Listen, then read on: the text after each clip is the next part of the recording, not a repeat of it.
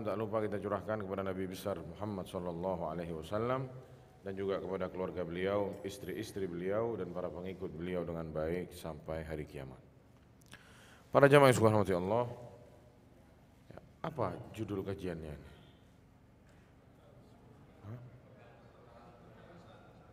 Ya, berbekal sebelum apa? Terlambat. Ana mau tanya para jamaah, kita hidup di dunia ini berapa tahun? Berapa? 65? Ya, seumuran Nabi. Berarti seumuran Nabi itu kalau pakai Masehi 60 tahun pas. Kalau pakai apa? Hijriah 63. Ya. Karena setiap 30 tahun ada tambahan 1 tahun ya, selisihnya. Kurang lebih seperti itu. Berarti berapa tadi? 60 sampai 70.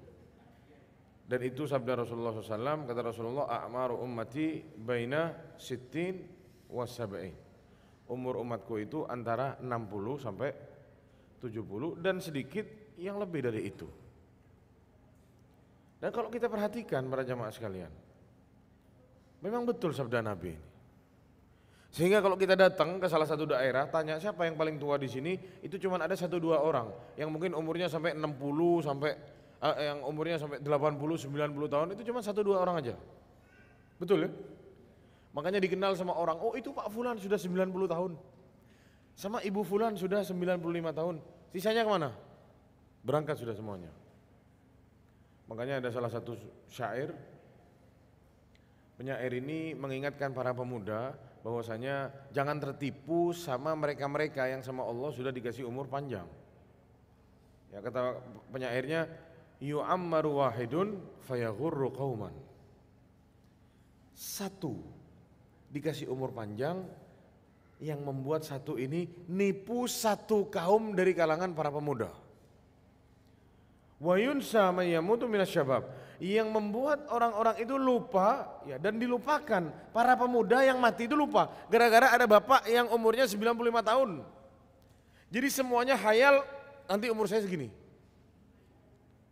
Semuanya berangan-angan umur saya segini. Padahal yang segitu cuma 1-2 orang aja. Sisanya sudah berguguran. Ini syair ya, diulang-ulang dan banyak disebutkan oleh para ulama yang berbicara masalah umur orang. Kita ini jangan ditipu sama apa? Umur.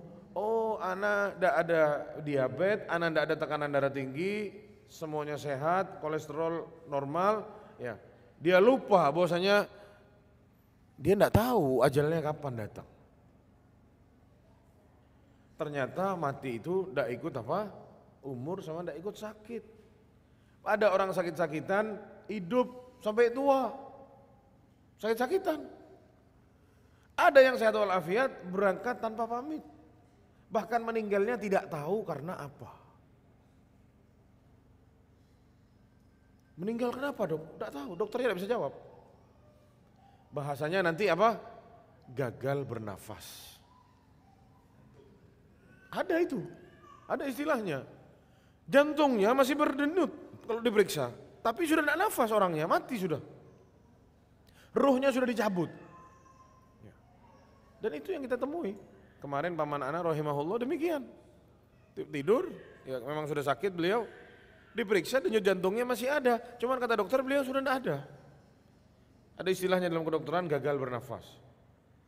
Itulah para jamaah sekalian ya hakikat dari kehidupan ini. 60-70 tahun. Sekarang coba kita telaah lebih dalam lagi di 60 tahun aja. Atau 70 tahun deh sudah, bismillah. Yang paling tua kita ambil, 70 tahun. 70 tahun itu kita tidak hidup murni 70 tahun. Itu kotor 70 tahun itu. Coba kita bersihkan. 15 tahun potong masa sebelum balik. Betul ya? Laki-laki kurang lebih 15 tahun. Kalau perempuan mungkin sekarang 10 sampai 12 tahun sudah banyak yang haid. Potong laki-laki 15 tahun, 70 kurang 15 berapa? 55. Potong jam tidur. Berapa jam tidur? 7 jam. 7 jam. Anggap saja masih kecil 8 jam sampai sudah agak tua mungkin 7 jam. Sepertiganya hilang sudah. Buang. Sepertiganya 70 berapa? Atau sepertiganya 55 berapa? Anggap 20. Sisa 35. Betul enggak? Terkadang ada orang-orang yang sudah tuanya itu sudah pikun, sudah lupa semuanya. Ya potonglah itu 1 tahun, 2 tahun. Sisa hidup murni 35 tahun atau 30 tahun saja. Itu yang hidupnya berapa lama? 70 tahun. Pangkas, ternyata murninya berapa? 30 tahun. Jamaah 30 tahun itu menentukan kita ini dikasih nikmat di kubur atau diazab dalam kubur. Dari 30 tahun itu saja, yang umurnya 70. Kalau umurnya cuma 50, ya berarti lebih kurang lagi. Dan seterusnya seperti itu. 30 tahun menentukan kita dikasih nikmat di kubur atau diazab. Sekarang Anda mau tanya, di kubur berapa lama? Siapa yang bisa jawab? Berapa? Bertahun-tahun. Dengan kata lain, sampai hari kiamat, iya kan? Hari kiamat kapan? Kalau ada yang tahu, anak kasih hadiah.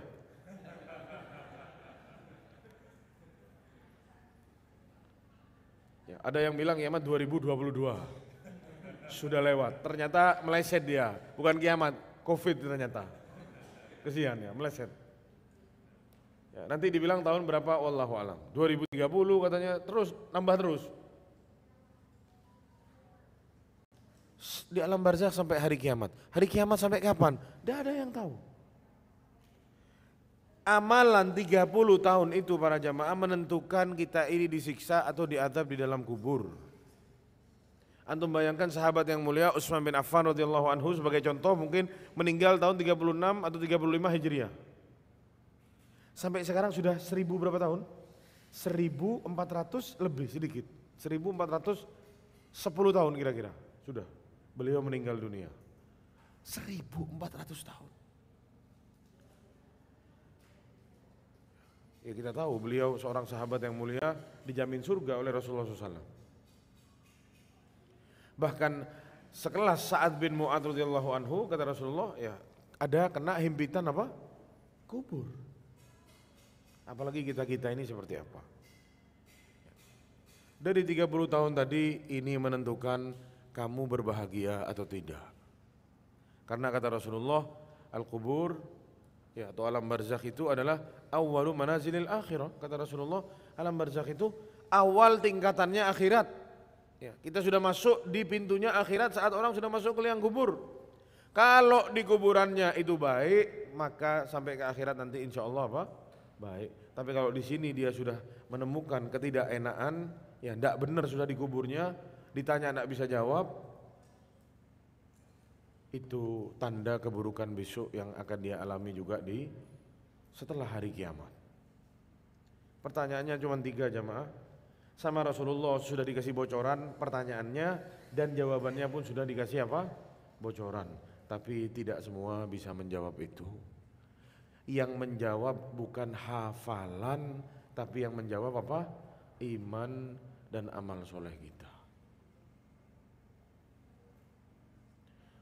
Makanya kata Rasulullah SAW, "Idza matal insan inqata'a amaluhu ya illa min thalatha." Kalau salah seorang meninggal dunia, amalannya terputus kecuali dari 3. Yang pertama, shadaqatun jariyatun, sedekah jariyah. Yang kedua, wa ilmun yuntafa'u bihi. Terus ya, al-waladu as-salih yad'u lahu. Anak soleh yang mendoakan dia. Anak soleh harus ada apa? Soleh. Kalau tidak soleh tidak termasuk di sini. Para jamaah yang dirahmati Allah,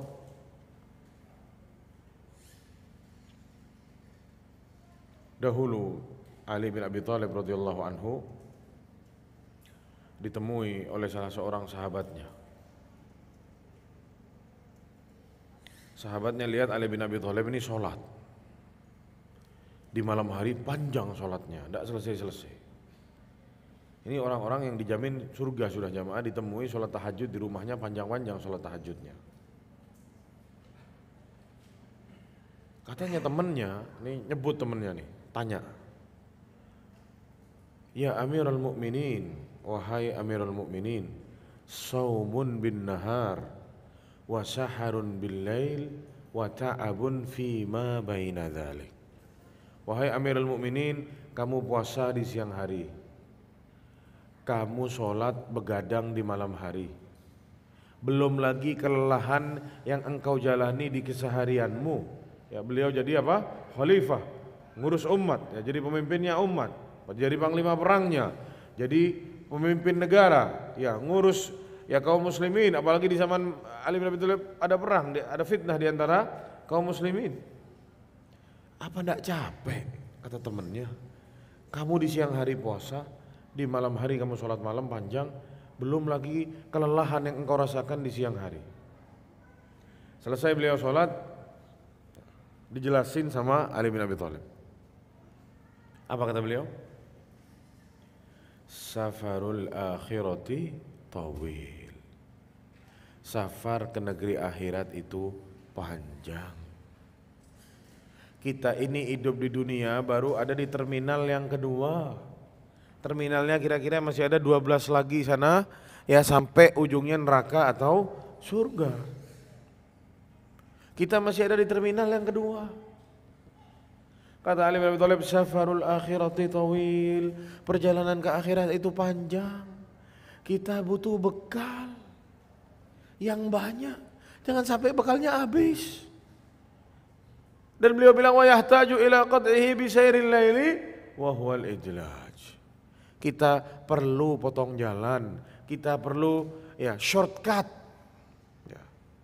Bahasanya apa? Shortcut. Kita perlu potong jalan, lewat jalan tikus supaya cepat selesai urusannya, supaya tidak panjang-panjang besok di akhirat. Caranya dengan apa? Banyak-banyak sholat malam. Salah satu amalan yang sangat dahsyat, yang setengah mati mau kita kerjain. Ustaz jangan sholat malam, Ustaz sholat subuh kebablasan. Ya, kita mau hayal sholat malam, sholat subuh kadang suka bablas, tidak dengar azan kita. Bangun-bangun tahu-tahu sudah iqomah, lari-lari ke masjid ya. Ketinggalan 1 rakaat, sampai masjid ngos-ngosan, lari, hampir ketinggalan sholat subuh. Itu mereka orang-orang terdahulu bagaimana mereka beramal. Terus diketahui lagi dari salah seorang salafus soleh, seorang tabi'in kalau tidak salah, namanya Habib Al-Farisi. Habib itu dikenal suka sholat malam, tapi beliau itu sholat malam tidak sendiri, ditemenin sama istrinya, luar biasa. Jadi istrinya Habib ini yang bangunin Habib ini. Istrinya kalau bangunin itu, kalau lihat Habibnya agak capek mungkin lelah ya, kum ya Habib, kata istrinya, wahai Habib suamiku bangun, fa innat tariqa ba'id, karena jalannya panjang, wazaduna qalil, bekal kita itu sedikit. Bangun, ayo sholat. Wa qawafilus salihina qad sarat min baini aidina wa nahnu qad baqina. Orang-orang soleh di antara kita udah pada berangkat semua, sudah meninggal, sudah menyampaikan amalannya kepada Allah, tapi kita masih hidup. Ayo, mumpung masih hidup, kita kumpulin bekal yang banyak, ini perjalanannya panjang. Itu yang diucapkan sama mereka-mereka orang-orang terdahulu kita untuk menyamankan dirinya dalam beramal soleh. Dan kita temui Nabi kita Muhammad SAW, orang yang paling dicintai oleh Allah Subhanahu Wa Taala, sudah dijamin surga, sudah diampuni dosa-dosanya yang akan datang dan yang telah lalu, semua sudah diampuni dosa-dosanya. Ditemui apa? Sholat malam. Sholat malamnya Nabi gimana? Kata Anas bin Malik radhiyallahu anhu, saat beliau nginep di rumahnya salah seorang istrinya Nabi, karena keponaan salah seorang istrinya Nabi, anda lupa siapa ya? Ya jadi kalau salah Ummu Habibah kalau tidak salah, atau siapa, salah seorang istri Nabi. Ya Anas bin Malik ini keponakannya, jadi mahram, suka nginep di rumah bibinya. Bibinya itu istrinya Nabi, salah seorang dari istrinya Nabi. Atau Hudzaifah ibnul Yaman, Hudzaifah ibnul Yaman. Ana pengen lihat, jadi saat bagian Rasulullah nginep di rumahnya Bibi, ana pengen nginep, ana pengen lihat gimana Nabi kalau sholat malam, kata Hudzaifah. Ada yang nginep di situ. Rasulullah sama istrinya tidur kakinya ke sana, kata Hudzaifah, ana tidurnya kakinya ke sana. Karena tidak muat kalau mau ke sana semua. Sholat malam jemaah, Rasulullah mulai, ana ikut, kata Hudzaifah. Mau sok jago nih ceritanya. Mau ikut sholat malamnya Nabi. Sholat, tidak selesai kata Hudzaifah. Al-Baqarah habis. Dipikir, oh kata Al-Hudzaifah ini separuh Al-Baqarah ruku. Ternyata lanjut separuh. Waduh. Lanjut. Sampai habis. Oh Al-Baqarah sampai habis. Al-Baqarah sampai habis rakaat pertama ini. Bukan tarawih baca Al-Baqarah sampai habis, bukan. Rakaat pertama. Kata ini Hudzaifah cerita. Ini Al-Baqarah selesai, beliau ruku. Ternyata loncat dari Al-Baqarah baca An-Nisa dulu. An-Nisa dihabisin lagi. Habis An-Nisa loncat baru ke Ali Imran, dibaca Ali Imran sampai habis. Subhanallah. Berapa jam berdiri? Sampai ditemui kakinya apa? Bengkak. Sampai istrinya tanya, ya Rasulullah, engkau ini sudah diampuni dosa-dosanya sama Allah, dijamin surga, ngapain sholat sampai bengkak ya Rasulullah? Jawabannya sangat simpel. Afala akunu abdan syakura, apakah saya tidak boleh jadi hamba yang bersyukur? Itu bersyukurnya. Ya, itu sholatnya Nabi sepanjang itu apa? Bersyukur. Gimana kalau ditemui misalkan Nabi itu tidak maksum, misalkan punya dosa, mungkin lebih panjang lagi sholatnya untuk menggugurkan dosa-dosa itu. Ini sholatnya orang yang sudah diampuni dosa-dosanya sama Allah Subhanahu Wa Taala. Ya. Para jamaah, dikatakan oleh para ulama bahwasanya ada salah satu penyakit yang sama setan selalu digunakan untuk menghambat kita ini dalam beramal soleh. Dan ini penyakit disebutkan oleh banyak para ulama dalam kitab-kitabnya. Dan ini penyakit terjangkit kepada kita semua dan ana yakin itu. Nama penyakitnya adalah at-taswif. Apa namanya? At-taswif. Apa itu artinya at-taswif? Kalau bahasa Arab orang ngomong saufa wa saufa. Bahasa Indonesianya apa? Saya akan dan saya akan. Saya mau begini dan saya mau begitu. Tapi dia tidak pernah kerjain itu. Hanya saya akan dan saya akan. Iya atau tidak jemaah? Nanti kalau anak punya uang, ya, saufa ahuj, saya mau naik haji. Saufa a'tamir, saya mau umroh. Saufa atasaddaq, saya mau sedekah. Saufa atazawwaj, saya mau menikah. Tapi ndak haji, ndak umroh, ndak sedekah-sedekah, ndak nikah-nikah. Ini namanya penyakit apa? At-taswif. Ini salah satu penyakit yang sama setan dikirimkan dan dihembuskan kepada kita semua ini. Supaya kita tidak punya amal soleh.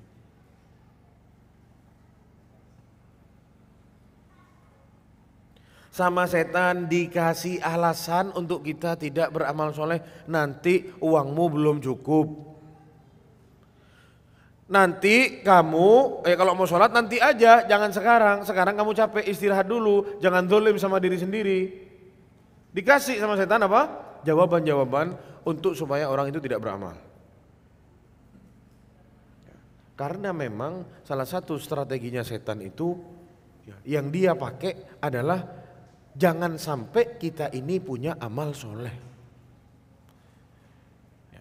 Jadi setan itu strateginya lumayan, ada banyak.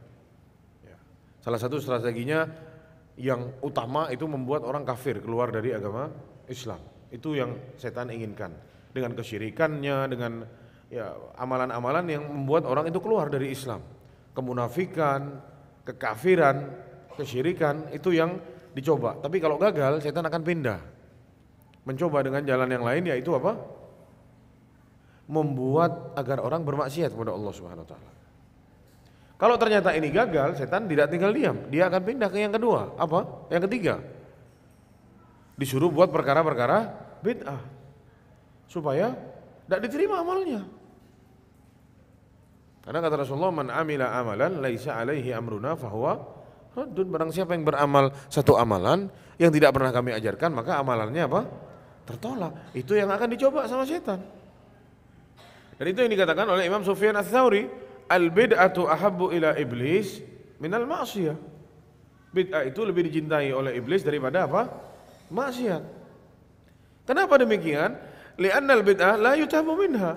Bid'ah itu tidak ada orang yang buat bid'ah terus dia tobat kepada Allah Subhanahu wa taala. Astagfirullah, habis bikin bid'ah ada?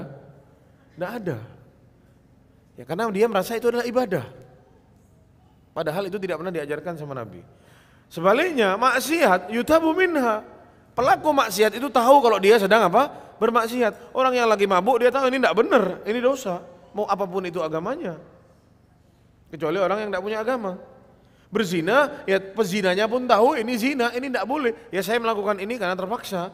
Saya akan tobat di kemudian hari. Ya itulah maksiat, pelakunya tahu. Tapi kalau bid'ah orang tidak tahu. Jadi setan akan mencoba untuk supaya orang berbuat apa? Bid'ah. Kalau ternyata orangnya tidak buat bid'ah, dia akan loncat setan ke strategi yang selanjutnya. Apa itu?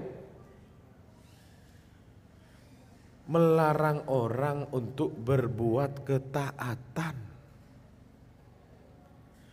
Syirik enggak, maksiat tidak, bid'ah tidak, sudah, nol aja, jangan buat amalan sama sekali. Mau masuk Islam dihalang-halangi. Ya, sebagaimana hadis ya, yang panjang Rasulullah jelaskan bagaimana setan itu ganggu orang. Awal ganggu saat orang mau masuk Islam. Ya, kata Rasulullah, inna syaitan yaq'udu inda bani Adam fi jami'i atrukihi. Atau kama qala sallallahu alaihi wasallam. Bahwasanya setan itu menduduki ya, seluruh jalur kebaikannya anak cucu Adam. Faqa'ada lahu fi tariqil Islam.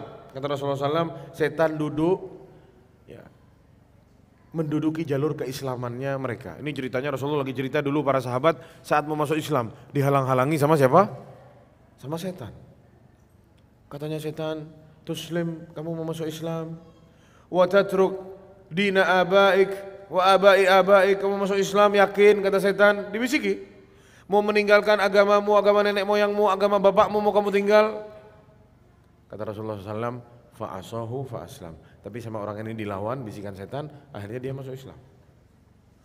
Faqa'ada lahu fi tariqil hijrah. Lalu setan duduki dia apa? Di jalur hijrahnya. Duduk di mana? Habis masuk Islam, terus disuruh apa? Hijrah ke Madinah atau hijrah ke Habasyah. Hijrah ke Habasyah ada 2 kali hijrah, terus lalu yang terakhir kemana? Ke Madinah. Diduduki sama setan. Jangan beramal kamu. Sudah tidak usah buat apa-apa. Jangan hijrah. Yakin mau hijrah kamu? Tuh hajir, kata setan. Yakin mau hijrah? Tatruku ardak wa sama'ak, kamu mau meninggalkan langitmu, mau meninggalkan ya, tempat tinggalmu selama ini, mau meninggalkan rumahmu yang sudah kamu bangun. Yang kamu banting tulang kerja untuk bangun rumah, kamu sudah bangun sama kamu mau ditinggal. Gimana kata setan? Tapi kata Rasulullah apa? Fa'asahu fahajar. Lagi-lagi dilawan sama orang ini, lalu orang itu berhijrah, ditinggallah semua itu. Tsumma qa'ada lahu fi tariqil jihad. Lalu setan menduduki jalur jihadnya. Saat sudah hijrah ke Madinah, ada peperangan banyak, iya kan? Dimulai dari perang apa? Perang Badar, tahun kedua Hijriah. Ya, jadi setahun sudah hijrah, tahun keduanya langsung perang Badar. Tidak neko-neko, langsung perang. Cuma 300 orang, perang. Setan datang, diganggu sama setan. Tsumma qa'ada lahu fi tariqil al-jihad. Kata setan, tujahid, yakin mau jihad? Taktul atau tuktal? Kamu tuqatil wa tuktal? Kamu mau perang? Mau tebas-tebasan kepala sama orang? Kamu bunuh orang atau kamu yang dibunuh nanti sama orang? Tidak cukup itu yang dihembuskan sama setan. Kata setan apa? Wa tunkahul mar'ah. Istrimu nanti kalau kamu mati diambil sama laki-laki lain. Bayangkan jemaah. Bagaimana setan itu halang-halangi orang apa? Supaya jangan buat ketaatan sama sekali. Kamu yakin mau jihad mati, istrimu yang kamu cinta itu nanti dinikahi orang lain. Wa tuqassamul mal, hartamu yang kamu timbun selama ini jadi harta warisan dibagi-bagi ke ahli warismu. Yakin mau jihad? Lihat jemaah, sampai ke titik itu setan apa? Membisiki orang. Supaya orang itu tidak punya bekal sama sekali, supaya orang itu tidak punya apa? Amalan sama sekali. Tapi kata Rasulullah, fa'asahu fajahada. Ditampik itu sama orang ini dan orang ini tetap berjihad. Lalu kata Rasulullah, barang siapa yang selalu seperti itu dalam hidupnya, barang siapa yang selalu menampik bisikan-bisikan setan dalam hidupnya, berhak bagi dia untuk dimasukkan surga oleh Allah Subhanahu wa taala. Para jamaah subhanahu wa ta'ala, ini sudah beberapa poin kita bahas ya. Yang pertama kita membahas masalah umur kita ini yang sangat singkat. Yang mana umur ini yang menentukan apa? Kita ini disiksa atau diazab di alam kubur nanti. Kalau di alam kubur baik, bisa jawab pertanyaan malaikat. Ya kata Rasulullah, atahu malakan aswadan asraqan. Malaikat yang datang itu warnanya hitam sama biru. Hitam legam sama biru. Ya, bisa dibayangkan jemaah? Mengerikan. Antum lagi tidur, dibangunin sama dua malaikat itu, bagaimana mengerikannya. Lalu antum ditanya, man rabbuka? Ada jawabannya di sini, tapi orang-orang yang kurang, ya kayak orang yang sudah tahu tapi lupa ingat, paham jemaah? Paham? Ada di ini, cuman mau dikeluarin susah, ya begitu kurang lebih. Tapi orang-orang yang beriman kepada Allah, mau dia tidak bisa bahasa Arab, ditanya man rabbuka dengan mudah dia jawab Rabbi Allah. Tuhanku siapa? Allah Subhanahu wa taala. Wa ma dinuk? Agamamu apa? Dini Islam, dengan mudah dia jawab. Yang jawab iman sama amal solehnya. Jadi Anda pernah datang penguburan orang sama yang ngubur itu dikasih kunci jawaban dulu. Nanti kalau ditanya jawab ini, kok enak kasih contekan. Subhanallah, yang jawab itu bukan apa? Bukan hafalan. Kalau yang jawab hafalan, orang Nasrani, orang Yahudi itu semuanya bisa jawab. Mereka dengan mudah menghafalkan itu. Yang jawab itu keimanan dan amal soleh kita. Makanya banyak-banyak berbekal. Punya amalan-amalan yang bisa. Kalau bisa, amalan-amalan itu jadi nyawa kedua kita. Maksudnya nyawa kedua apa? Kitanya sudah mati, tapi amalannya masih jalan, pahalanya masih diterima terus. Meskipun orangnya mungkin jasadnya sudah habis, tidak ada lagi di alam kubur. Di kuburnya itu sudah tidak ada, sudah jadi debu sudah. Tapi terus amalannya dilipat gandakan oleh Allah Subhanahu wa taala. Ya, itu suatu keindahan yang sebenarnya indah namun tidak dipandang indah oleh banyak orang. Nyawanya berapa? 2. Bayangkan jemaah, orang punya nyawa 2. Saat dia masih hidup dia punya amal soleh, tapi dia masih mungkin berbuat dosa sedikit-sedikit. Tapi saat dia mati, dosanya sudah berhenti, tapi amal soleh, amal jariahnya jalan terus. Apakah bukan suatu keindahan ini para jemaah? Ini yang diharap sama kita mestinya. Kita berbekal, ya, kita berpikir ke depan supaya apa? Supaya kitanya mati, amalannya hidup terus. Amalannya tidak mati-mati. Gali sumur salah satunya kata Rasulullah SAW. Hafara bi'ron. Bir sumur tetap dipakai. Orangnya sudah mati, sumurnya dipakai. Ngasih minum banyak orang, dipakai ambil wudhu sama orang, dipakai mandi sama orang, dipakai minum sama orang, dipakai masak sama orang. Terus puluhan tahun, ratusan tahun sumurnya tidak mati-mati. Apa orangnya tidak dapat pahala? Ingat dulu jamaah kata Rasulullah SAW, ada seseorang ngasih minum anjing. Jadi orang ini musafir, ketemu sama apa? Ketemu sumur, tapi dia harus turun ke sumur itu. Akhirnya dia turun, dia minum di sumur itu. Habis dia merangkak naik dari atas sumur itu, dia lihat ada anjing. Mau mati sudah anjingnya. Dia bayangin anjing ini kayak anak tadi, kehausan. Orang ini turun jemaah.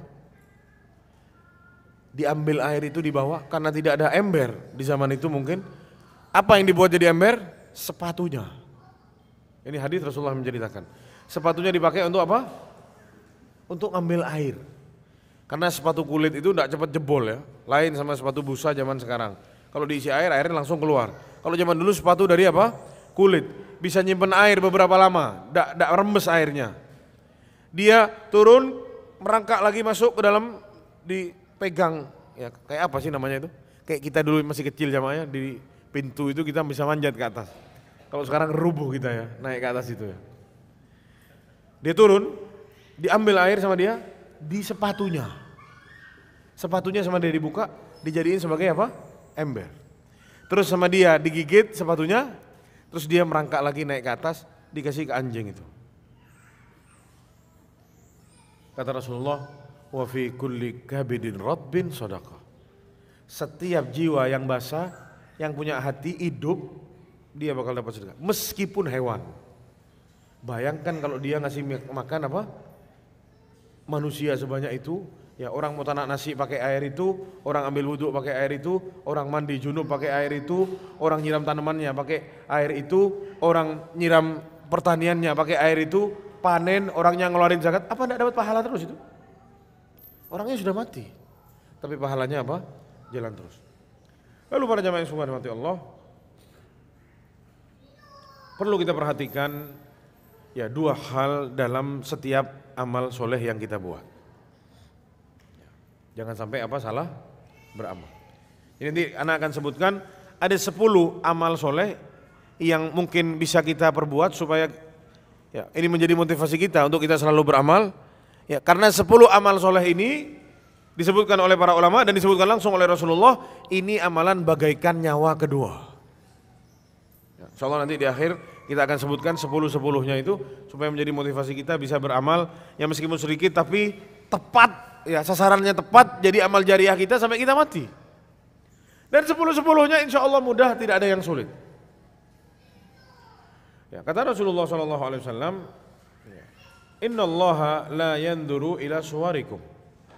Rasulullah SAW bersabda, ini ya agar kita selalu menjaga hati saat kita beramal soleh, supaya amalannya tidak percuma, supaya amalannya diterima di sisi Allah Subhanahu Wa Taala. Allah la yanduru atau Inna Allah la yanduru ila suwarikum wala amwalikum, walakin yanduru ila qulubikum wa a'malikum. Tapi Allah itu lihat apa? Hati kalian, tuh amalnya ikhlas atau tidak. Amalannya apa? Ikhlas atau tidak. Banyak orang beramal sekian triliun tapi tidak apa? Tidak ikhlas. Cari jabatan, pansos, haji supaya dapat titel apa? Haji, Pak Haji. Bukan haji mau ibadah, bukan. Supaya dapat titel apa? Pak Haji. Kalau niat dia itu diterimakah kira-kira hajinya? Haji untuk apa? Dapat titel apa? Pak Haji. Supaya besok nyalon jadi calon legislatif dan yang lain-lain dicoblos orang. Ada nama Pak Hajinya. Bagi-bagi sembako berujung apa? Serangan fajar. Ya, sedekah-sedekah seperti ini, yang berbau seperti itu, ya, kira-kira ikhlaskah pelakunya? Kalau ada tujuan dunia yang sama dia mau digapai, berat jamaah ini. Makanya salah satu ya, yang dapat menerima amal soleh seseorang adalah keikhlasan. Berharap ridha Allah Subhanahu Wa Taala. Ini ya syarat di setiap amalan yang kita buat. Ini yang nomor 1. Mau sedahsyat apa amalan itu, jika ikhlas ini tidak ada maka percuma. Allah Subhanahu Wa Taala berfirman dalam surat Bayyinah apa? Wa ma umiru illa liya'budullaha mukhlishina lahuddin. Tidaklah mereka itu diperintahkan melainkan hanya untuk menyembah Allah saja dan apa? Mukhlisin, ikhlas, beragama hanya untuk Allah Subhanahu Wa Taala. Semua agama ini, semua yang dibangun di atas agama dari ibadah-ibadah yang kita buat harus apa? Nomor 1, ikhlas. Dan banyak ayat-ayat yang lain yang menjelaskan hal yang sama. Salah satunya dalam surat Al-Kahfi juga, faman kana yarju liqa'a rabbih falyamal amalan shalihan wala yusyrik bi ibadati rabbih ahada. Maka siapa yang berharap berjumpa dengan Allah dengan baik besok di hari kiamat, maka beramallah dengan amalan soleh dan jangan menyekutukan Allah dalam amalnya itu. Jangan sampai ada dia sekutukan Allah dengan apapun itu. Maksudnya apa? Amalannya untuk siapa? Hanya untuk Allah saja. Ikhlas hanya untuk Allah saja. Itu dalam surat Al-Kahfi. Lalu syarat yang kedua dalam amal soleh kita adalah harus apa? Al-ittiba'. Mutaba'atu Rasulullah sallallahu alaihi wasallam, mengikuti caranya Rasulullah sallallahu alaihi wasallam.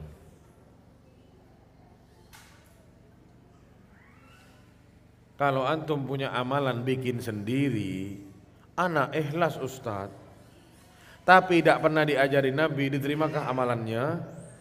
Tidak diterima.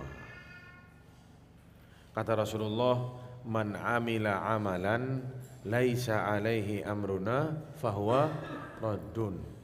Barang siapa yang beramal satu amalan yang di situ tidak ada perintahnya dari kami, tidak pernah kami ajarkan, maka amalannya apa? Tertolak. Di hadis yang lain kata Rasulullah SAW, man ahdatsa fi amrina hadza ma laisa minhu fahuwa raddun. Barang siapa yang mengada-ngada dalam perkara agama ini yang tidak pernah kami ajarkan, maka amalannya tersebut apa? Tertolak. Pegang ini dua syarat beramal soleh. Lalu para jamaah yang subhanahu wa ta'ala,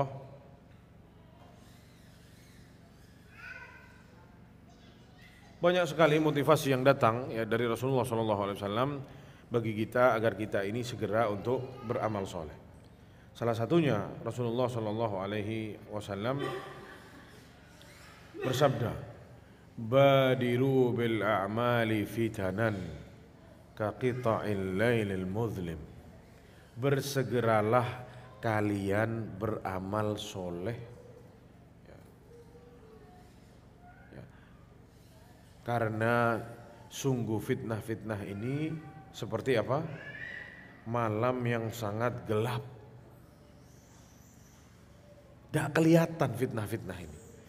Kamu segera beramal sebelum kamu kena fitnah. Yusbihur rajulul mu'min ya, mu'minan wa yumsi kafiron, kata Rasulullah.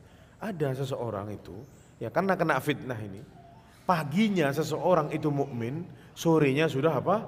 Kafir. Wa yumsi mu'minan wa yusbihu kafiron. Ada yang sorenya masih muslim, masih Islam, masih mukmin, paginya besoknya sudah apa? Kafir. Kena apa? Kena fitnah. Kenapa demikian? Yabi'u dinahu bi'aradin minad dunya.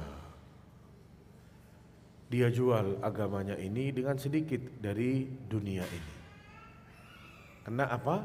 Fitnah. Akhirnya terjerumus ke dalam fitnah-fitnah yang bisa berujung buat orang itu jadi kafir. Ana mau tanya jemaah, apakah ada yang jamin kita ini Islam sampai mati? Adakah yang menjamin? Tidak ada jemaah. Kita ini masih hidup, masih bisa kena apa? Fitnah. Berapa banyak kita lihat ada ulama-ulama yang murtad.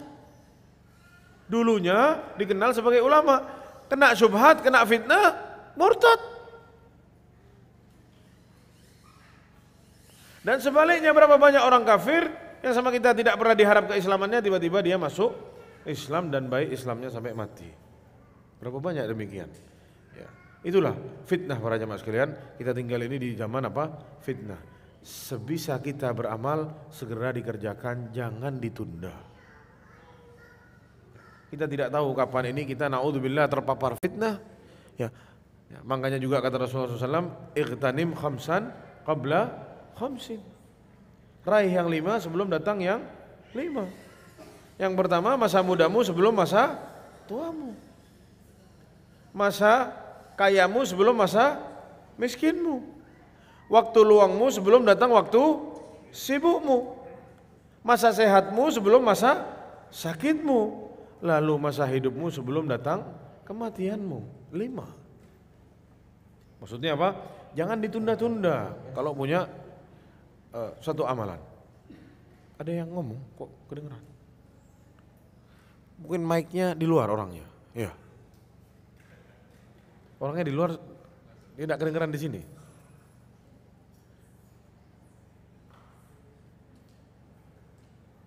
Dan juga para jemaah sekalian, Rasulullah itu memotivasi kita untuk beramal. Salah satunya Rasulullah SAW bersabda bahwasanya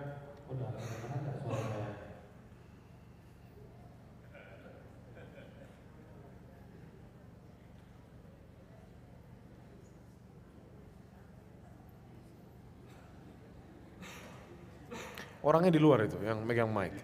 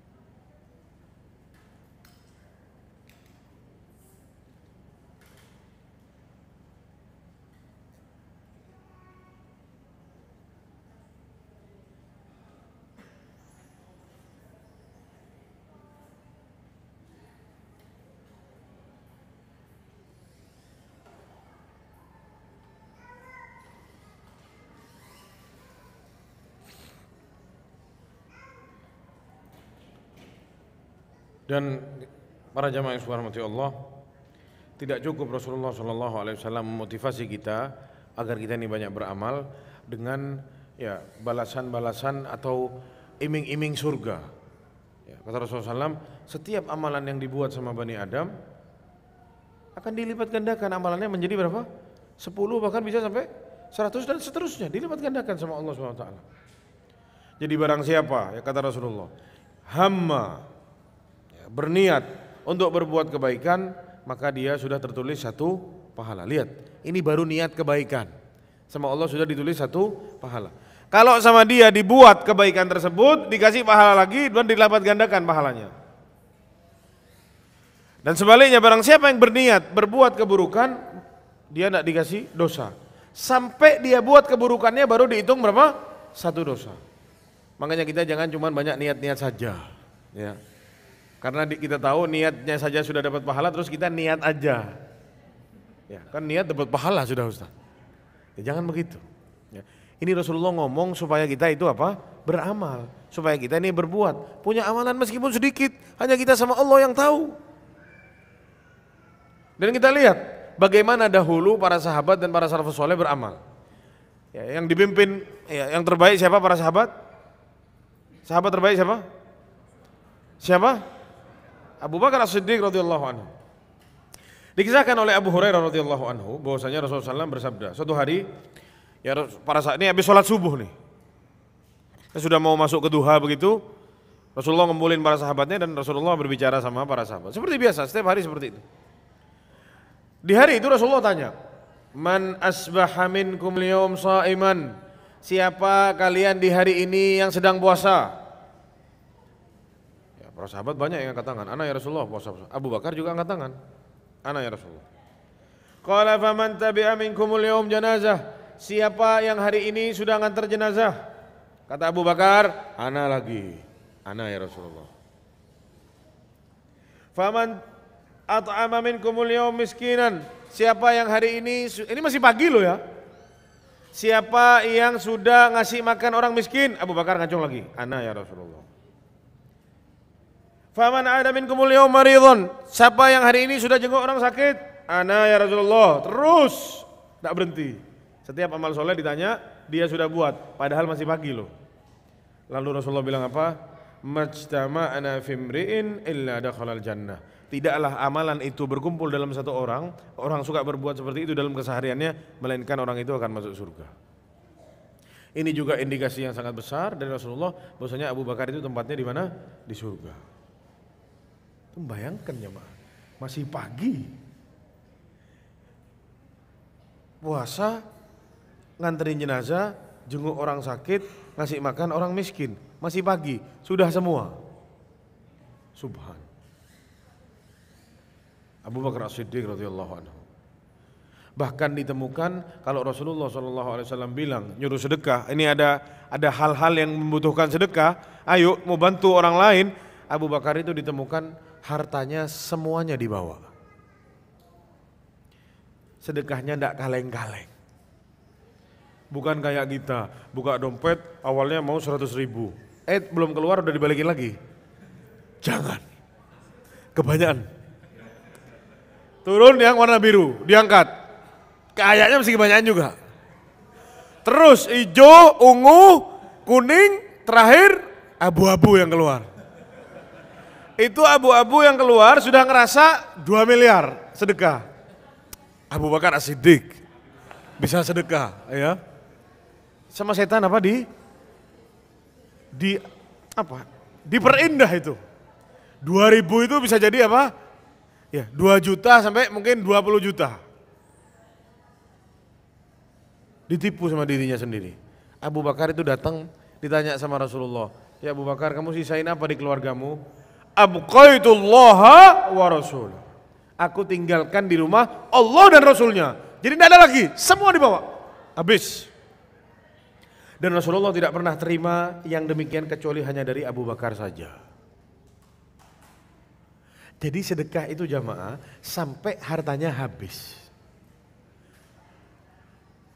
Di rekening ada 2 juta sisa,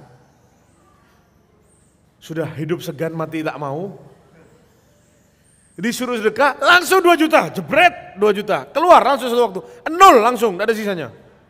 Adakah kita seperti itu? Ada, tapi habis itu kapok, tidak sedekah lagi. Ada mungkin, tapi habis itu apa? Kapok, tidak sedekah lagi. Abu Bakar semua. Dan Rasulullah diem. Dulu Sa'ad bin Abi Waqqas sama radhiyallahu anhu, saat sudah sakit mau mati, dia bilang, ya Rasulullah, ana mau sedekahkan semua harta ana, habiskan semua untuk wakaf fisabilillah. Sama Rasulullah dilarang, jangan. Jangan. Kalau kamu mau sepertiga, dan sepertiga itu sudah apa? Sudah banyak. Terus ada sahabat-sahabat yang lain yang mencoba untuk ngasih semua hartanya, sama Rasulullah ditolak, jangan. Karena Rasulullah tahu imannya tidak sekuat siapa? Abu Bakar As-Siddiq. Suatu hari Umar bin Khattab lagi dapat duit banyak nih. Bisnis tembus, banyak untungnya. Katanya Umar, hari ini ana mau ngalahin Abu Bakar As-Siddiq. Ana lagi ada duit banyak. Banyak dapat uang, mungkin miliaran atau berapa tidak tahu. Intinya hari ini ana mau sedekah dan hari ini ana mau kalahkan Abu Bakar. Kebetulan Rasulullah lagi nyuruh apa? Ayo sedekah nih, mau bantu salah satu kaum yang sedang membutuhkan. Datang Umar dibawa separuh harta. Jadi kalau dia punya 50 miliar, 25 M langsung sedekah fisabilillah. Tidak pakai pikir-pikir. Kalau kita jangankan disuruh sedekah separuhnya, ngeluarin zakatnya aja setengah mati itu.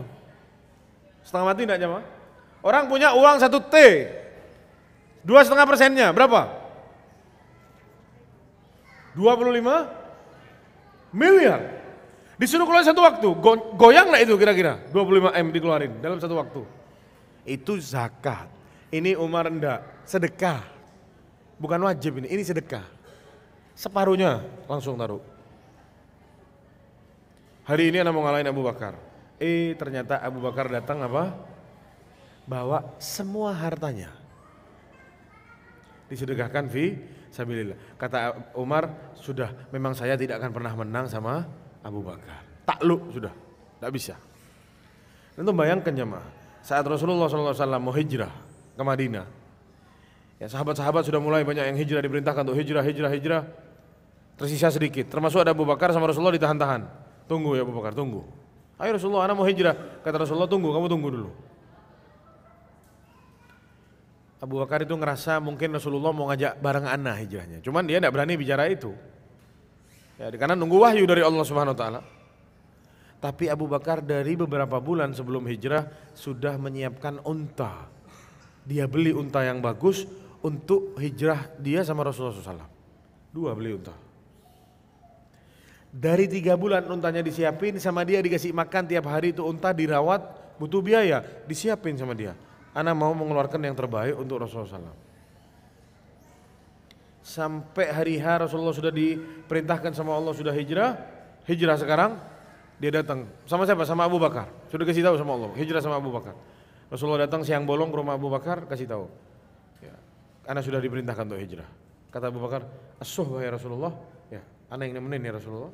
Ya, as-suhbah ya Abu Bakar, kamu yang nemenin ana. Itu Abu Bakar nangis sampai terisak-isak jamaah, dari saking bahagia. Dan katanya Aisyah, ana tidak pernah lihat ada orang nangis terisak-isak karena bahagia, kecuali pada hari itu ngelihat abah ana berbahagia dipilih sama Nabi jadi teman apa? Hijrahnya. Kata Abu Bakar langsung, ya Rasulullah, ana sudah siapin buat kita jalan 2 unta. Sudah lama ana siapin ini. Kata Abu Bakar, kata Rasulullah, ana tidak mau. Ana bayar. Ana terima tapi walakin bitsaman, kata Rasulullah, bayar. Kalau bayar ana mau. Kenapa? Karena Rasulullah tidak mau melakukan ibadah besar dibayarin orang, tidak mau. Dia mau ibadah besar pakai uangnya dia sendiri. Ya, itulah mestinya yang kita buat jamaah. Ibadah besar kita pakai duit kita sendiri. Mau umroh cari yang gratisan. Mau haji cari yang gratisan. Kurban tidak mau kurban nyari kupon. Wah, anda tidak mampu Ustaz, kurban kambing mahal. Dia lupa rokoknya itu kalau dia berhenti bisa beli 3 kambing setahun. Ya itulah orang-orang yang hidup di zaman kita ini. Dan ya kita semua. Ya. Berharap masuk surga Firdaus, tapi yang dibuat amalan-amalannya ya yang mungkin masuk surga itu tidak pantas. Namun ya itulah kita para jamaah sekalian. Kita berharap Allah Subhanahu wa taala mempermudah kita semua untuk bisa beramal soleh. Ya karena kata Rasulullah sallallahu alaihi wasallam, laulallah, kalau bukan karena Allah, mahtadaina, kita tidak akan dapat hidayah, wala shallaina, kita tidak akan salat, wala tasaddaqna, kita tidak akan sedekah. Semuanya itu karena siapa? Karena Allah Subhanahu wa taala. Makanya Rasulullah SAW ajarkan kita doa, salah satu doanya apa? Allahumma a'inni ala dzikrika wa syukrika wa husni ibadatika. Ya. Bantu kami ya Allah, ya, untuk selalu bisa zikir kepadamu, untuk bisa selalu bersyukur kepadamu, dan untuk bisa selalu beribadah dengan baik kepadamu. Ibadah tidak sembarang ibadah, tapi ibadah yang betul, baik ibadahnya, ikhlas niatnya, ikut caranya Rasulullah SAW. Itu ibadah yang baik. Minta ke siapa? Minta ke Allah Subhanahu wa taala.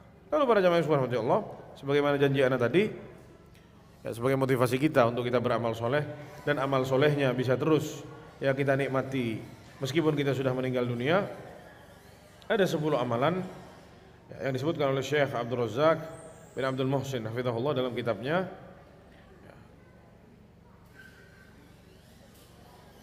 yang berdasarkan dari 3 hadis yang sahih. Kita bisa tulis amalannya. Yang pertama, Rasulullah SAW bersabda bahwasanya ada 7 hal yang akan terus bergulir pahalanya bagi setiap hamba meskipun hamba tersebut sudah mati dan berada dalam kuburnya. Yang pertama adalah siapa-siapa yang mengajarkan ilmu yang bermanfaat. Man 'allama ilman.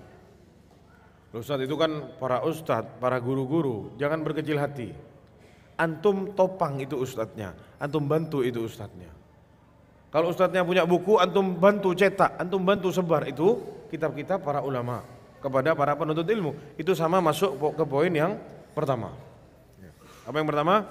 'Allama ilman, mengajarkan ilmu yang bermanfaat. Yang kedua, ijra'un nahr. Ya, kata Rasulullah SAW, ya, salah satunya juga dari hadis yang tadi, au nahran ajrah, kata Rasulullah, atau parit yang sama dia dibuat itu untuk numpang lewatnya apa? Air. Dari sumbernya Air, sumbernya air di sana, ada kampung yang kekeringan di sana, tidak bisa lewat air kecuali dia harus bikin apa? Jalur, dibikinin parit sama dia. Ya selama paritnya dipakai, selama airnya mengalir di sana, dia dapat pahalanya terus. Kalau zaman sekarang kita bisa ganti, pasangin pipa, sama, manfaatnya apa? Sama, pompa air, jet pump, nyedot air dan apa? Nembak air, atau dia beli apa? Tandon dan semisalnya. Ini juga selama itu masih dipakai, maka akan terus bergulir apa? Pahalanya buat dia meskipun dia sudah meninggal dunia. Yang ketiga adalah hafrul abar. Sudah kita bilang tadi apa? Gali sumur. Ya, sudah kita ceritakan bagaimana tadi ada orang yang kehausan lalu ketemu sama anjing, dia kasih minum juga. Kata Rasulullah, fi kulli kabidin radbatin ajrun. Setiap jiwa yang punya jantung yang hidup, maksudnya yang masih basah, belum mati kering, maka dia akan dapat apa? Pahalanya, meskipun dia itu hewan.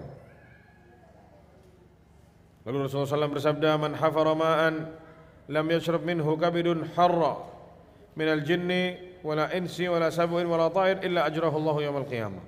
Ya, tidaklah seseorang ya gali tanah, gali sumur ya, dan diminum airnya ya, sama makhluk hidup yang hidup dari kalangan jin atau manusia atau hewan buas atau burung dan yang lain-lain, maka pahalanya akan terus mengalir sampai hari kiamat. Itu yang ketiga. Yang keempat apa? Nanam pohon kurma. Karena pohon kurma itu terdapat keberkahannya. Mungkin kita tidak bisa berbuat ini di negeri kita ini. Ya, tapi ya itu yang disampaikan oleh Rasulullah Shallallahu Alaihi Wasallam. Yang kelima, binaul masajid, berpartisipasi dalam membangun apa? Masjid. Anak kenal satu orang jamaah. Orang ini kalau dimintain uang untuk catnya masjid atau untuk tip model-modelnya begini atau karpetnya, dia enggak mau, anak enggak mau kasih. Kalau kamu mau bangun masjid perlu besi, semen, batu split, minta sama anak kasih semua. Anak yang handle. Apa tadi? Besi, semen, sama batu buat ngecor itu, minta sama anak, butuh berapa anak kasih. Karena dia tahu itu akan terus berjalan, kecuali masjidnya dihancurkan, digusur. Tapi yang lain-lain mungkin sudah bosan, diganti, dipermak, direnovasi, dia bakal tidak dapat pahala lagi. Tapi kalau besinya, kakinya, pondasinya, selama masjidnya masih ada, akan terus dipakai dan akan mengalir pahalanya. Dan ini para jamaah, orang-orang yang pakai strategi mau masuk surga. Kita ini mau hidup tentram, nyaman, ya, mau hidup makmur di dunia ini, apa? Pakai strategi. Gagal bisnis strategi ini, pakai strategi itu. Gagal strategi itu, pakai strategi yang selanjutnya. Tapi kenapa masuk surga enggak pakai strategi? Orang mau masuk surga harus lebih pakai strategi lagi. Karena ya kata Rasulullah SAW, ala inna sil'atallahil ghaliyah. Ya barang yang sama Allah ditawarkan ini mahal. Ala inna sil'atallahi al jannah. Ya, yang sama Allah ditawarkan barangnya ini adalah surga, enggak main-main. Kita mungkin kerja banting tulang di atas muka bumi ini, mau beli sepetak tanah belum tentu mampu sampai kita mati. Berapa banyak orang yang hidup ngontrak dari lahir sampai mati, enggak mampu beli tanah di atas muka bumi ini. Ya, itu dunia yang sama Rasulullah dihina luar biasa, habis dunia ini, bahkan terlaknat dan terlaknat isi-isinya. Dia enggak mampu membeli. Terus gimana di surga nanti? Ada yang mau ngomong lagi nih, kita dengarkan, takut ada informasi penting. Yang keenam, mencetak mushaf atau apa? Mewakafkan mushaf. Bayangkan antum ngasih mushaf ke pondok pesantren tahfidz Al-Quran, dibaca mushafnya, itu orang ngafalin, itu kalau baca itu bukan cuman 10 kali 20 kali, bisa ribuan kali diulang-ulang itu supaya terus ingat. Dan biasanya orang para penghafal Al-Quran itu tidak bisa ganti-ganti Al-Quran. Kalau sudah pegang itu di awal, itu terus yang dipegang sama dia, supaya tidak ganti-ganti posisinya. Antum bayangkan, orang itu ngaji, pahalanya terus mengalir. Terus ini yang hafal Quran punya murid, ngajarin ngaji ke muridnya, antum dapat lagi pahalanya. Terus tidak putus seperti itu. Ya.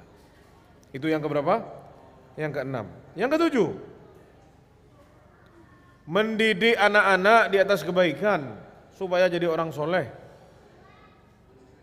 Ini investasi yang sangat mahal dan sangat penting kita punya, ya kita semua nih. Terutama laki-laki ini, para bapak-bapak atau calon-calon bapak. Anak itu investasi. Ya. Kalau anaknya soleh, ya nanti dia yang akan doakan kita apa? Kalau kita mati. Dan hanya doa anak soleh itu yang masih bisa mengalir pahalanya saat seorang tua sudah meninggal dunia. Waladun solehun ya do'ulahu, kata Rasulullah SAW. Anak yang soleh yang doa buat dia. Dengan kata lain, kalau anaknya toleh, tidak soleh, tidak bisa. Jadi investasi, ya pendidikan, ajarin anak kita jadi orang baik, akhlaknya baik, ajarin dia sholat, ya selama dia pakai sholatnya kita dapat pahalanya. Terus dia ngajarin lagi ke anaknya sholat, terus keturunan kita dapat apa? Pahala. Ngajarin Al-Fatihah, ngajarin surat-surat pendek, baca-baca dalam ruku dan sujud, ya terus at-tahiyat dan seterusnya. Kalau bisa kita yang ngajarin, jangan dikasih ke gurunya, jangan, rugi kita. Jangan bagi-bagi pahala ke orang, jangan jamaah. Kalau pahala sini buat anda semua. Kalau antum punya duit bagi-bagi ke orang enggak apa-apa. Kalau pahala jangan diumbar-umbar. Ditransfer pahalanya ke orang semua, jangan. Kalau bisa kita yang ambil pahala itu. Ngajarin Al-Fatihah, ngajarin surat-surat pendek yang dipakai sholat dan tata cara sholat, ambil wudhu, mandi junub. Kalau bisa siapa yang ngajar? Kita. Terutama ibu-ibu, anaknya sudah haid yang perempuan, ajarin gimana caranya membersihkan haid, bagaimana caranya mandi wajib. Itu dia pakai selama dia hidup. Nanti kalau dia punya anak, dia ajarin lagi ke anaknya. Dan seterusnya seperti itu. Pahalanya terus mengalir, padahal dia sudah meninggal dunia berada dalam kuburnya. Yang kedelapan,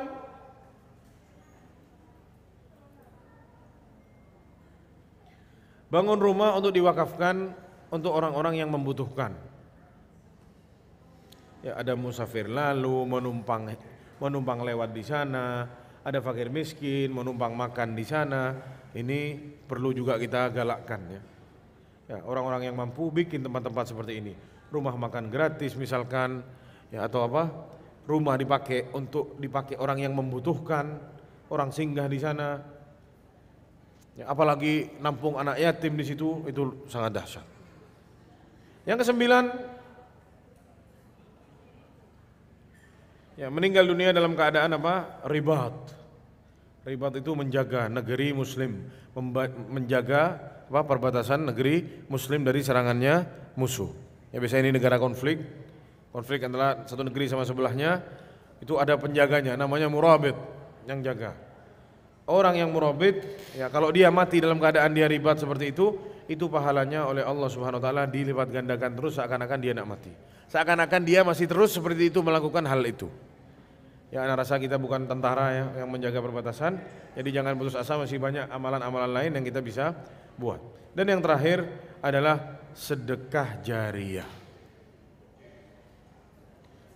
Secara umum sedekah apapun itu yang kita buat ya, dan sedekahnya berjalan terus, maka itu juga akan menambah pahala kita terus meskipun kita sudah meninggal dunia.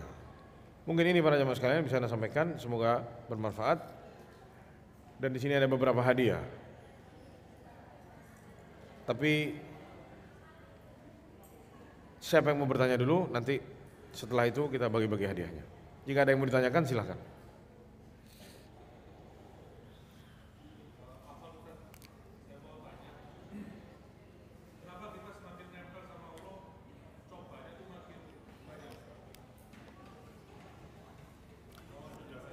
Pertanyaan antum itu sudah dikasih tahu sama Allah di dalam surat Al-Ankabut, di awal-awal surat Al-Ankabut. Ahasiban nasu ayyutraku ayyakulu amanna wa hum la yuftanun.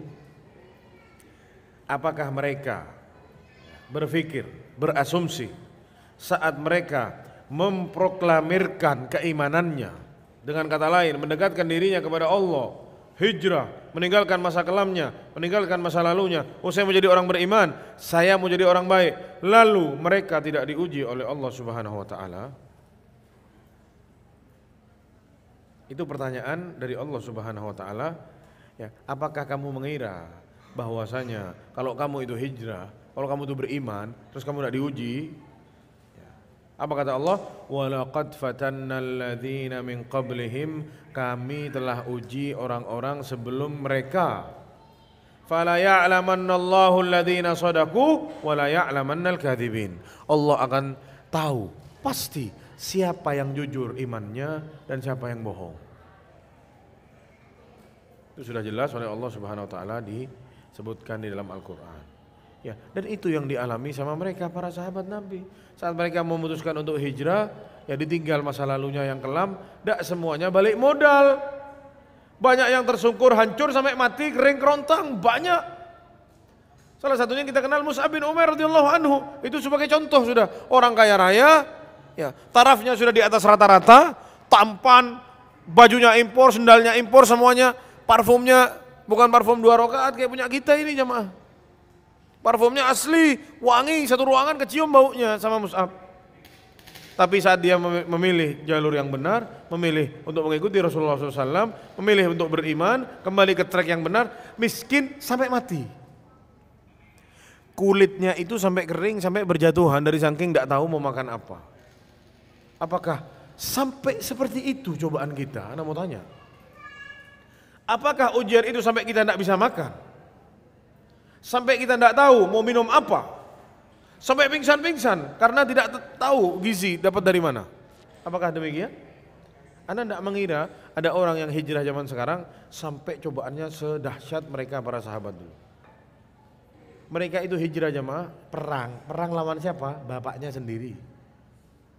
Diperintahkan loh sama Allah perang.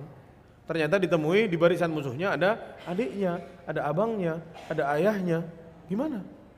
Abu Bakar itu saat perang Badar, anaknya masih ada sebagian di sana. Saat anaknya sudah masuk Islam, cerita sama abahnya, abah dulu saat perang Badar, anak itu sudah lihat kamu sebenarnya dari belakang.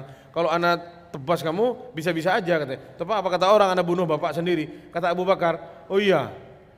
Kalau anak yang lihat kamu, anak ober kamu, kata Abu Bakar. Syukur kamu yang lihat anak, kata Abu Bakar. Kalau anak yang lihat, anak habisin. Apakah sampai itu ujian kita jamaah? Ngelihat perang sama bapaknya sendiri? Tidak ada kayak gitu. Sampai tidak makan, sampai jadi ahlus suffah, tinggal di ahlus suffah. Tinggal di belakangnya masjid tidur sama Rasulullah dikasih tutupan supaya yang tidak mampu sahabat tinggal di sana.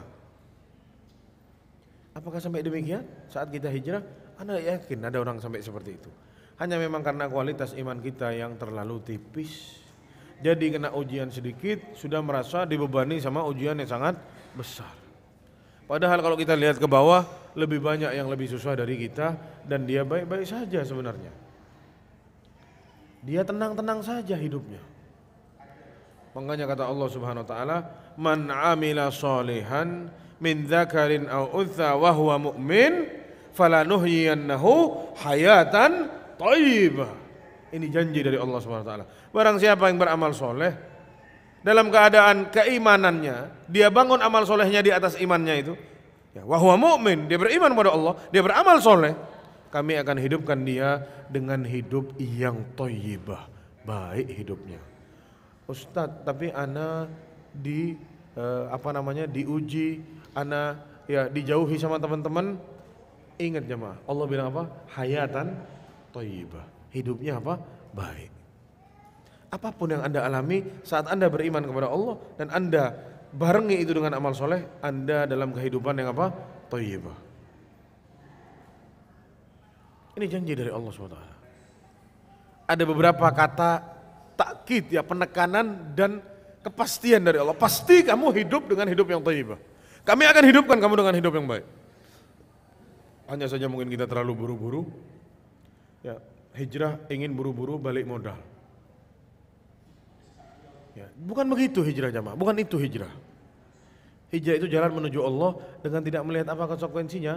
Mau terus dia jadi miskin, terus dia jadi sulit, itu urusan belakangan. Dan itu yang dikerjain sama para sahabat. Saat para sahabat hijrah ke Madinah, apakah tahu bakal dapat harta sebanyak yang di Mekah?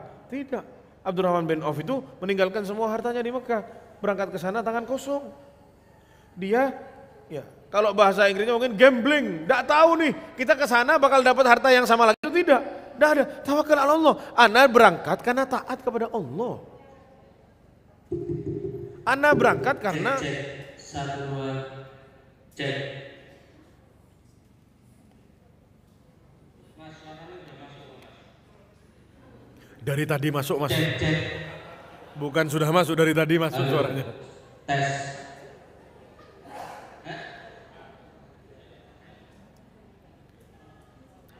Mic-nya bawa ke sini aja itu.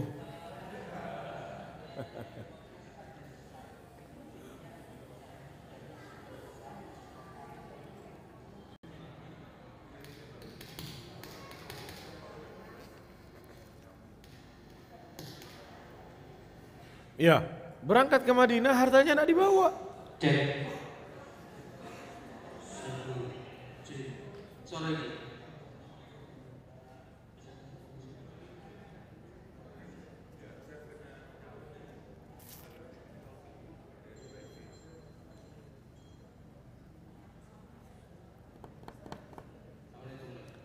Waalaikumsalam warahmatullahi.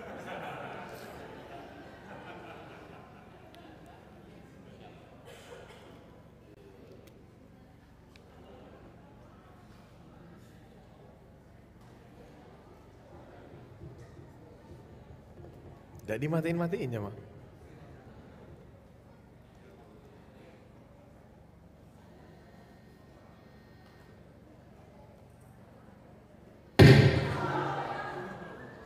Jatuh itu.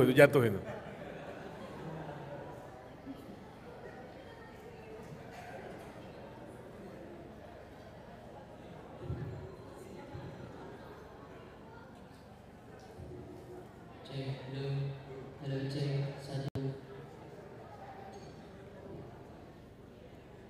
tes 1 cek. Jadi sama dia itu dipikir rusak di sana jamaah, enggak keluar suara, padahal suaranya di sini. Jadi cek tidak selesai. Suaranya di sini.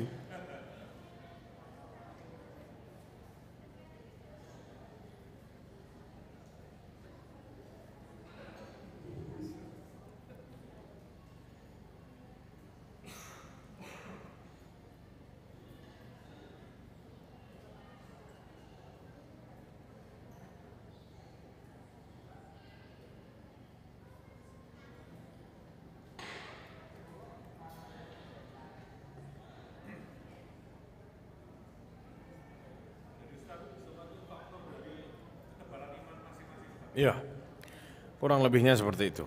Makanya orang yang hijrah itu jangan menyukupkan dirinya untuk hijrah terus dia ngerasa cukup, jangan. Ya, karena kata Syekh, salah seorang ulama Syekh Abdul Razak mengatakan, ya hidayah itu ada 2 yang kita butuhkan. Hidayah dari kegelapan menuju ke jalan yang benar, sama hidayah yang kedua itu hidayah supaya bisa jalan di jalan yang benar itu terus. 1 tes suara mic podcast. Tes. Oh.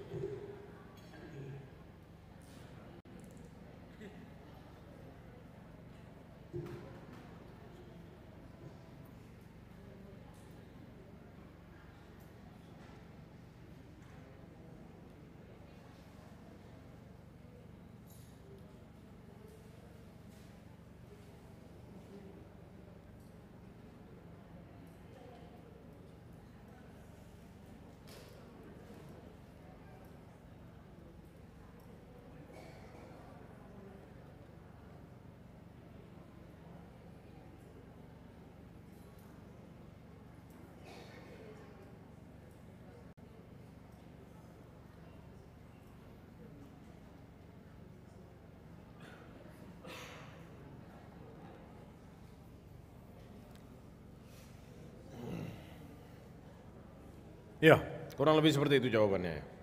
Jadi hidayah itu bukan hanya hidayah dari kegelapan menuju ke jalan yang benar, tapi hidayah itu kita butuh sama hidayah satu lagi supaya bisa istiqomah terus di jalan yang benar.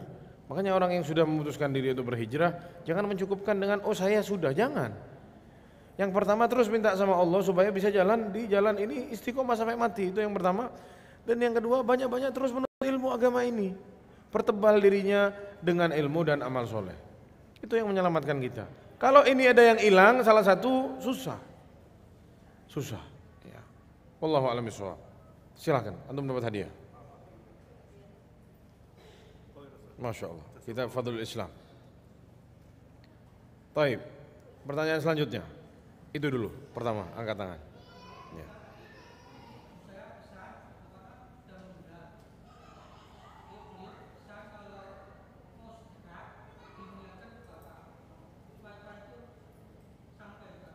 Ya. Jadi kalau antum sedekah, antum meniatkan untuk bapak antum, boleh. Tapi jangan sampai setiap antum sedekah hanya untuk bapaknya saja. Antum harus mengingat diri antum juga sendiri. Allah SWT berfirman, ya ayyuhalladzina amanu qu anfusakum. Wahai orang beriman, jagalah diri kalian. Jaga diri dulu. Baru siapa? Orang lain.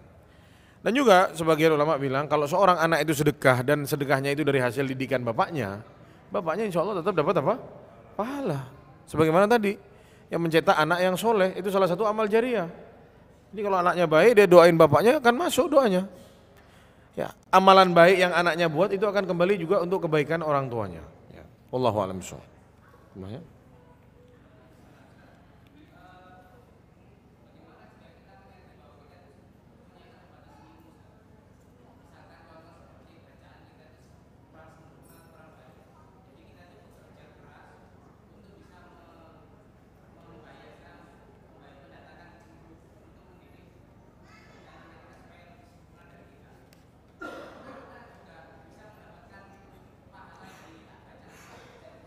Ya. Kalau antum tidak bisa ngajar baca Al-Quran, ajarin yang lain. Paham ya? Jangan cuma karena antum, oh anak kan tidak bisa, itu di situ antum tidak bisa. Yang antum bisa apa? Ajarin. Jangan dihambur-hambur semua maksudnya. Apa yang antum bisa, antum ajarkan. Ya. Karena ilmu, katanya para ulama, al-faqid la yu'ti, orang yang tidak punya tidak akan bisa memberi. Sekarang dia tidak punya ilmunya, gimana dia mau kasih? Sekarang dia tidak mampu untuk mengajarkan itu, ya sudah. Di sini saya tidak bisa, dia datangkan guru. Insya Allah dia dapat pahala. Dia yang bayarin anaknya untuk belajar. Tapi di yang lain jangan sampai kita putus asa untuk oh anak tidak bisa. Jangan begitu. Pasti ada yang tidak bisa. Masa ngajarin wudhu tidak bisa? Masa ngajarin subhan rabbil azim tidak bisa? Harus dari guru, kan ini keterlaluan gitu. Ya, jadi seperti itu. Wallahu a'lam bishawab. Silakan. Dapat hadiah? Tanya. Silakan. Terus tanya.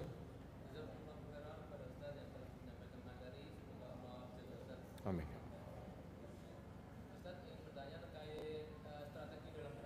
Iya.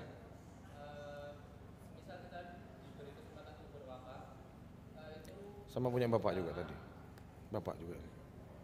Iya.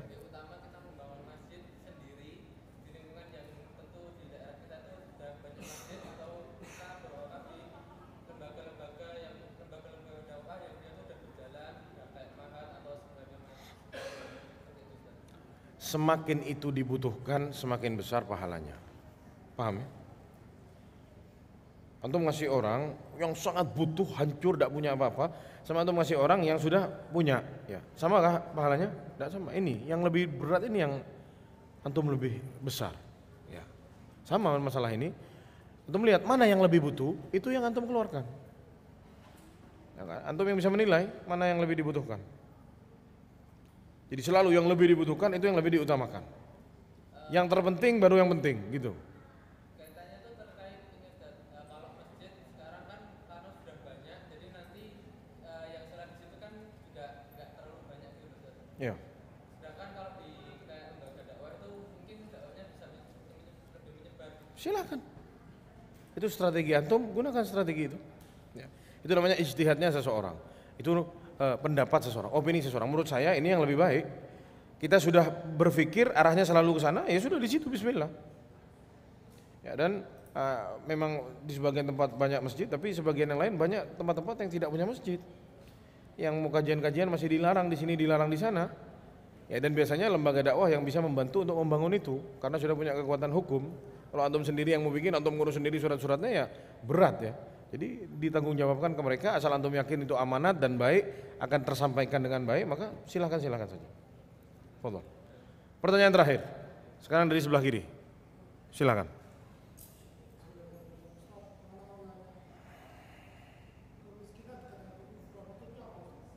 Apa? Wallahu a'lam. Anda enggak tahu. Karena pertanyaan Anda bisa jawab, harus dikasih hadiah. Tidak usah tepuk tangan. Jangan tepuk tangan. Wallahu a'lam. Anda enggak tahu. Tapi jamaah itu saja yang bisa Anda sampaikan, kurang lebihnya mohon maaf. Ya, karena tadi ada keterlambatan anak isi kajian, jadi ditambah waktunya sampai jam 10 kurang, mestinya setengah 10 sudah selesai ya. Tapi mana tadi yang tes itu orangnya? Oh, bukan antum ya? Baik, sallallahu ala nabiyina Muhammad wa ala alihi wasallam. Assalamualaikum warahmatullahi wabarakatuh.